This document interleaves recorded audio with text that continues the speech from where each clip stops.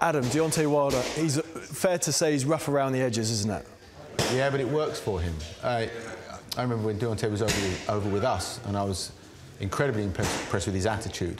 And the thing that struck me is something he told me where he took up boxing, and a year after first walking into a boxing gym, he medalled at the Olympic Games, which showed me his level of fearlessness in the face of competition.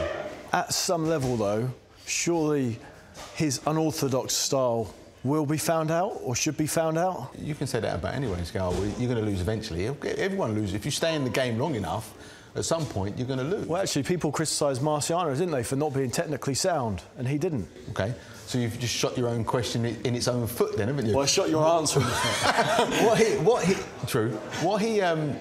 What he does works for him.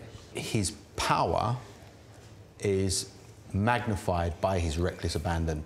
And if you actually make him too controlled, you could take away one of the most dangerous elements to his game. Michael, everything that he does is wrong, but as Adam says, it's right in the sense it's worked for him. As an accomplished amateur, the way that Wilder fights isn't anything that you've been taught, is it?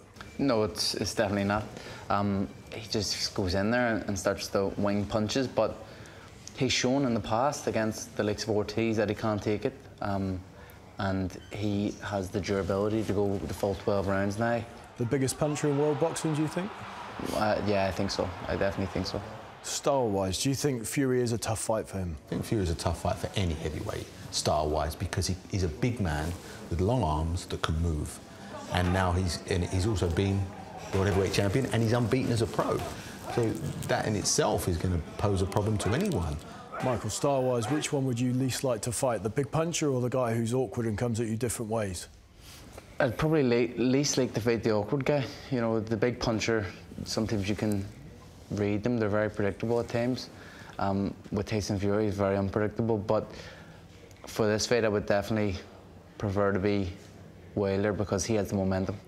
If you trained Wilder, would you try to sharpen the rough edges? I'd work on his legs.